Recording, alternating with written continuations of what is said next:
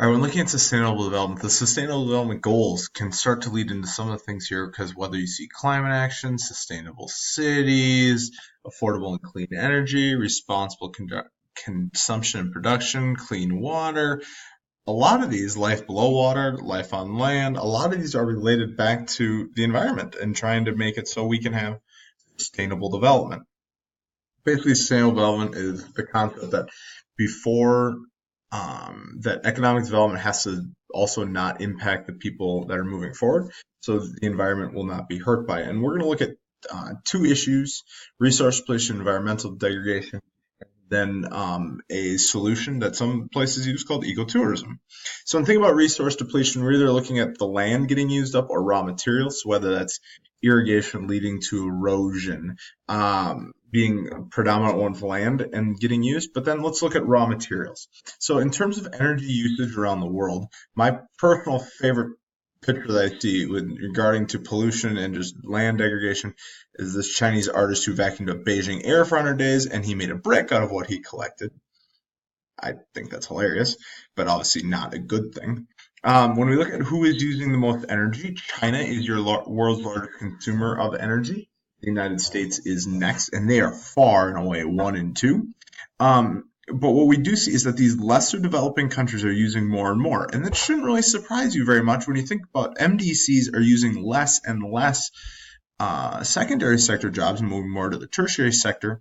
And your lesser developing countries are in the they are using more and more energy, and that's only projected to continue here into the future.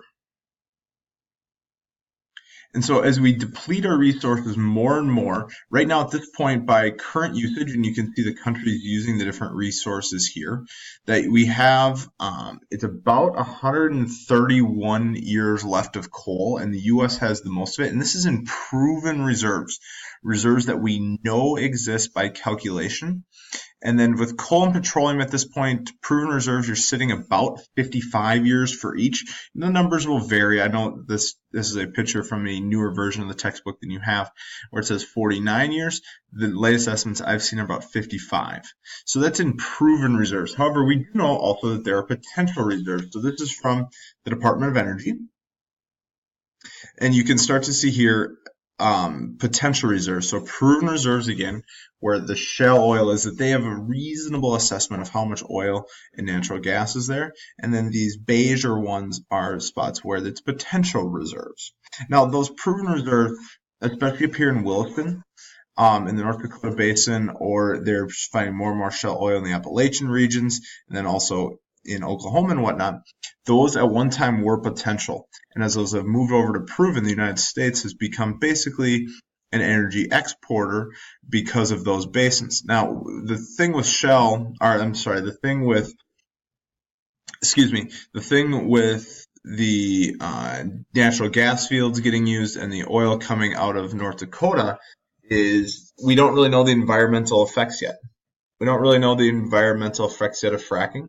The short term doesn't look great, but no one knows long term yet because the technology and is not been around long enough yet. And so an environmentalist would tell you, yeah, stop fracking. Somebody on the economic side of things is tell you keep fracking. We don't know long term results yet. And that is true. We don't know long term results, but the short term results are so far not that encouraging. So it's a catch-22. And again, is that a part of sustainable development? Well, by definition, that would not be a part of sustainable development. All right, now going to the second one, environmental degradation, reducing air and water pollution.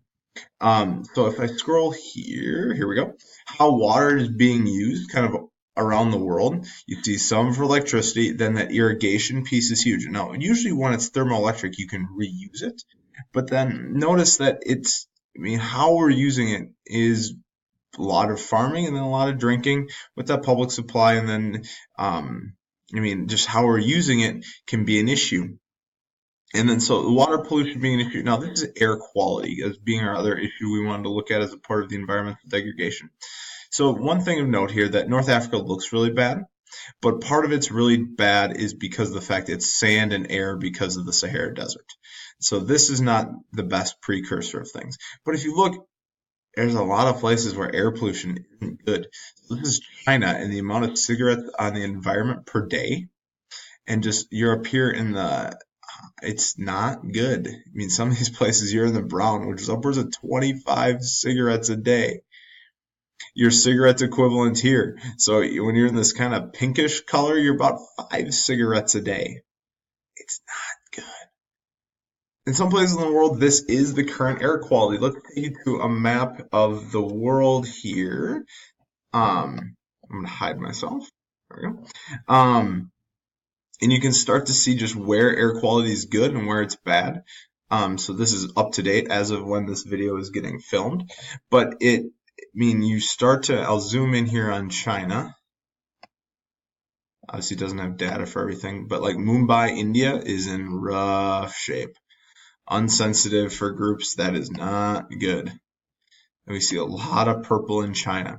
There are things like in Hong Kong, where Hong Kong, the air quality is so bad that they have a fake downtown sign or downtown billboard, so that way people can still take a picture with the skyline of downtown and being a clear day.